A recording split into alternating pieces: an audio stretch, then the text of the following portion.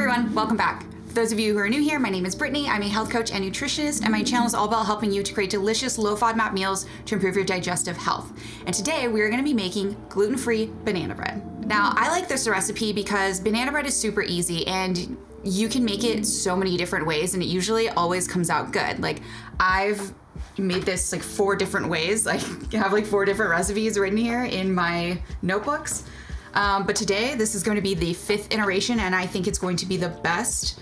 So yeah, let's get started. Another reason that I think banana bread is a great way to dip your toe into gluten-free baking is because it is technically a pound cake. And the criticism that gluten-free baked goods gets is that they're very dense. And that's not really a problem if you are trying to make a pound cake, which is in itself kind of dense, and it doesn't really need to rise very much. Because yeah, the gluten, the proteins that are in the wheat, in the flour, that's what helps the bread stretch and rise and keep its shape when it does that. So we don't really need that. So yeah, that's why I think gluten-free banana bread, you're not even gonna be able to tell the difference. So yeah, let's do it. So today we're going to be using 3 bananas. I have these nice black bananas for you guys. You want to let them get as dark as possible because the darker they get on the outside, the more the sugars are developing on the inside, so the sweeter that they're gonna be. But that does make them higher FODMAP. So there is that. But honestly, quick disclaimer, do not bake this loaf of banana bread and just eat the whole thing. That's not good for you. That's not low FODMAP. That's gonna hurt your stomach. Don't do that. I usually don't really make sweets very much anymore since it's just Jeff and I, because if I bake them, then we have to eat it, right? And I don't wanna do that. But when I used to live at home with my family, I would make a loaf of this bread and there was 6 of us, so I'd get 1 piece and it was fine. That was totally low FODMAP. So yeah, that's what I recommend. If you really do want to make this recipe, but there's only a couple of you, then I would suggest, I haven't done this, but I feel you could probably slice it up and then freeze half and then defrost it. I think it would be okay. It might be a tiny bit mushy, but there's not too many fibers in this, so I think it would be okay. We are going to be using Bob's Red Mill gluten-free 1-to-1 baking flour. You guys know I like this stuff. I like it because it's a mix of ingredients that's been made to mimic wheat flour as closely as possible, so you can substitute it 1-to-1 in other recipes. That's why they call it that. We're also going to be using walnuts today, which is optional. I really like it in banana bread because it kind of gives it more texture, but it does, again, make it a little bit higher FODMAP. So again, this is up to you. I know a lot of people like to put chocolate chips in their banana bread. I don't get down with that. I don't think that's right, but it's your banana bread, you do you. We have a few other weird things that I wanted to go over with you guys, but I think we'll wait till we actually get them mixed together. So this is pretty basic. We're gonna be mixing our wet ingredients, mixing our dry ingredients, mixing them together. Pretty self-explanatory, so let's just get to it. First, we're gonna need to melt this butter. I have a 1/4 cup of butter, and we're just gonna melt this in the microwave for 30 seconds. Okay, so we've got this nice and melted. We're just gonna set it aside and let it cool for a bit. And then we are going to start mashing up our bananas. So if you've got some bananas that are going bad and you're not ready to make banana bread at this very moment, then you can totally freeze them and then use them later. But I would recommend peeling them before you freeze them, because otherwise you're gonna have a hard time getting them out of the peel when they're frozen. Don't make that rookie mistake. It smells so banana-y. I just wanted to make sure it wasn't smelling fermented at all, because that would definitely not be right. Okay, now we're just gonna take a fork and mash it up. Okay, to that we're going to add an egg. I know a lot of people are like professional bakers. They're oh, you have to use room temperature eggs, da-da-da-da-da. Weigh all your ingredients, all that stuff. I'm not a fussy baker like that. Like I said, this recipe is very forgiving. It's gonna be fine. Okay, and then to that we are going to add a teaspoon of vanilla extract, which is optional. It'll be fine if you don't have it, because we do have other spices that we're going to be using.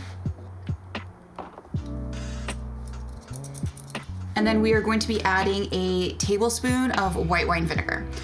Now I know this seems weird. Let me explain. So we are going to be using baking soda and baking powder in this recipe. And I do that because the baking soda is going to react with the vinegar and it becomes very like effervescent, which is going to inject some gas bubbles into the dough, which is going to help provide the pound cake with like some like lightness and airiness. So that's why we do that. Also, sometimes you just need a little acid to really bring your recipe alive. Tablespoon of that. Okay. I think this is gonna be okay, but you wanna make sure to not put like hot butter right on your cold egg, because it'll like scramble your egg. You don't want that.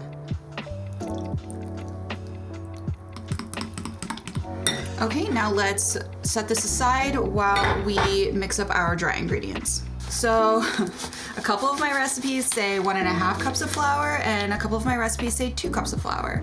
So we're just gonna start with 1.5, and after we mix our wet ingredients, we're gonna kind of see where we're at with the texture. And then I will make sure to have the finalized recipe on the website for you guys, so you don't have to struggle like me. Okay, so we have 1.5 cups of flour here. I have 1 cup of sugar, which seems like a lot of sugar, but I mean, it is a dessert. But like maybe next time I'll make this, I'll try less sugar. So, which is like the cool thing about recipes, right? Because they like evolve over time, you know? Okay, now we also have a teaspoon of baking soda, like I mentioned before, and a tablespoon of baking powder. Again, I know it's a lot of baking powder, but it's going to help to make our loaf more airy. And then for our seasoning, we have a teaspoon of cinnamon, a 1/4 teaspoon of nutmeg, and a pinch of clove. Now, pinch is an actual measurement. It's like halfway between a dash and a smidgen. If you don't have a measuring spoon that has a pinch, I will link these below for you guys. I really love these ones, mostly because they're square or like rectangle, right? So you can actually get them inside the little spice containers, which is awesome. Oh, and then we also have a 1/2 teaspoon of salt. Let's mix that up. Make sure all the lumps are out of there. Now, a lot of people do use brown sugar for their banana bread, which is fine, it's delicious, but it is gonna make it a little bit higher FODMAP because the maple syrup, it has more fructose in it. White sugar, it has the fructose to glucose molecules are at a 1-to-1 ratio, which makes them more easily absorbed by our stomach lining. When you have excess fructose, then those excess fructose molecules can can stick around in your small intestine and draw in excess water. And then when they move on to the large intestine, they actually feed the bacteria that live there, which causes the fermentation, the gas, and the bloating. So that's why we're using white sugar. Okay, last thing that we need to do before we mix everything together is chop our walnuts.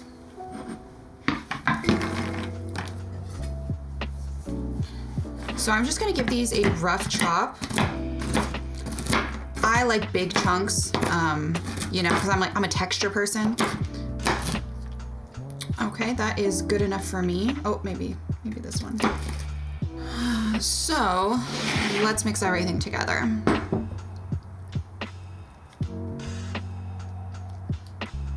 Try to go slow and not make a gigantic mess. One of the other great things about gluten-free baking is since it doesn't have the gluten proteins, then you don't really have to worry about over mixing it and like making those proteins too strong and like then making your whatever you're baking too tough. So that is nice. That is good. Okay, so I'm gonna take this rubber scraper and I'm just gonna make sure we get everything on the sides and on the bottom because I can feel it's a little bit dry down there still. The other good thing about using a glass bowl is that you can kind of look underneath to make sure you got it all.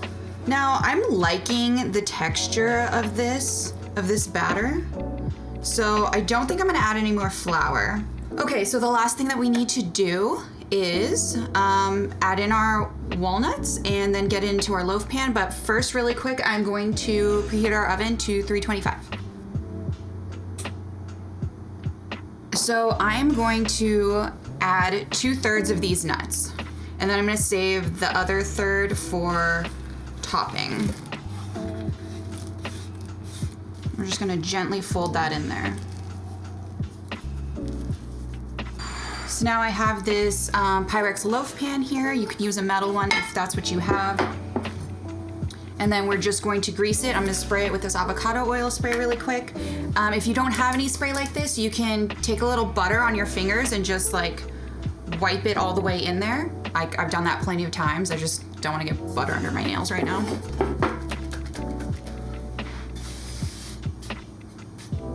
If you are going to use a spray, make sure you're buying one that with the ingredients, it's only the oil and it's not like all of these weird, like, I don't even know the word, but like they just put like weird chemicals in there, so be careful.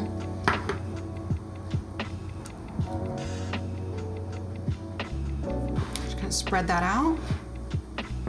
And then what you want to do is to get kind of like the air bubbles out. And then we're just going to finish by sliding on the rest of our nuts. Or sprinkling them on, I should say. All right. So now we just have to wait for our oven to preheat. And once it's ready, we are going to pop this in and bake at 325 for an hour and 10 minutes, okay? Everyone's oven is different, honestly. Recently I was making my gluten-free bread recipe, and I developed that recipe when I lived at my parents' house and we had a different oven, and I've actually had to like adjust the cook time a little bit since being here with this oven. So I don't know, it's cooking's hard. It's weird.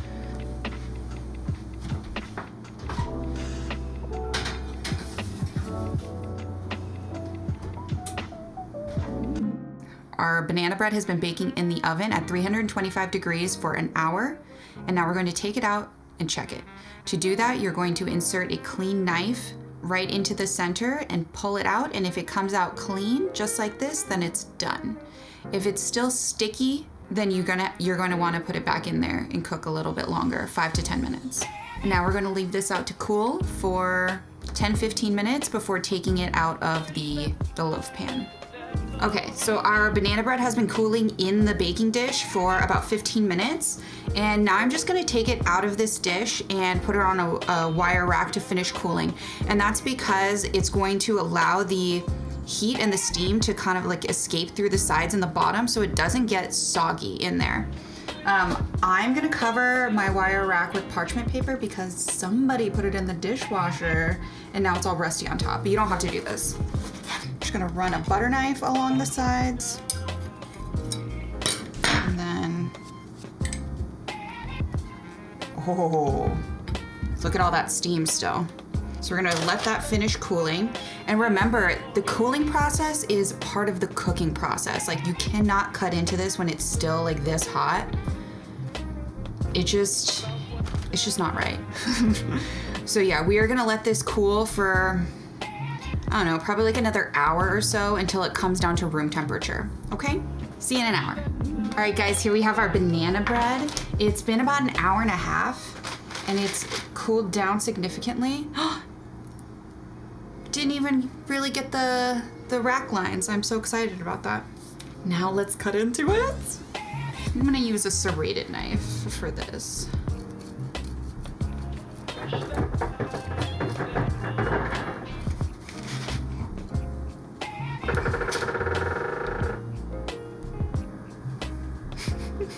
Oh yeah, look at that, so beautiful. Okay, All right, guys, now let's take a bite. I'm so excited to dig in. Oh, look how like moist and like delicious that is. Mmm, so good. The outside, it's like how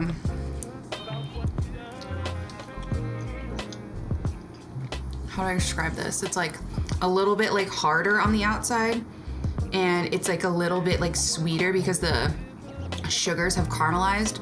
Sort of like how the edge of a brownie is super good, you know? And yeah, even though we used a full cup of sugar, it doesn't taste overly sweet. I can taste like a little bit of that, the cinnamon and the nutmeg and the clove, but it's not overpowering.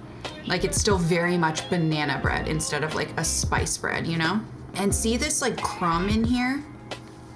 It's still very like light and airy, even though it is a pound cake. And again, that's because we put so much baking powder and baking soda in there. And then the walnut gives it this like beautiful crunch and the texture. So good. All right, guys, thank you so much for watching. I really hope you enjoy this recipe, and remember, don't eat the whole loaf. It's not healthy, it's not good for you, it's gonna cause symptoms. But yes, do enjoy. Thank you guys so much for watching. Please subscribe, like this video, send it to somebody who loves to bake, who is entering their foray onto their gluten-free journey. So yeah, thank you so much. I will see you guys next time.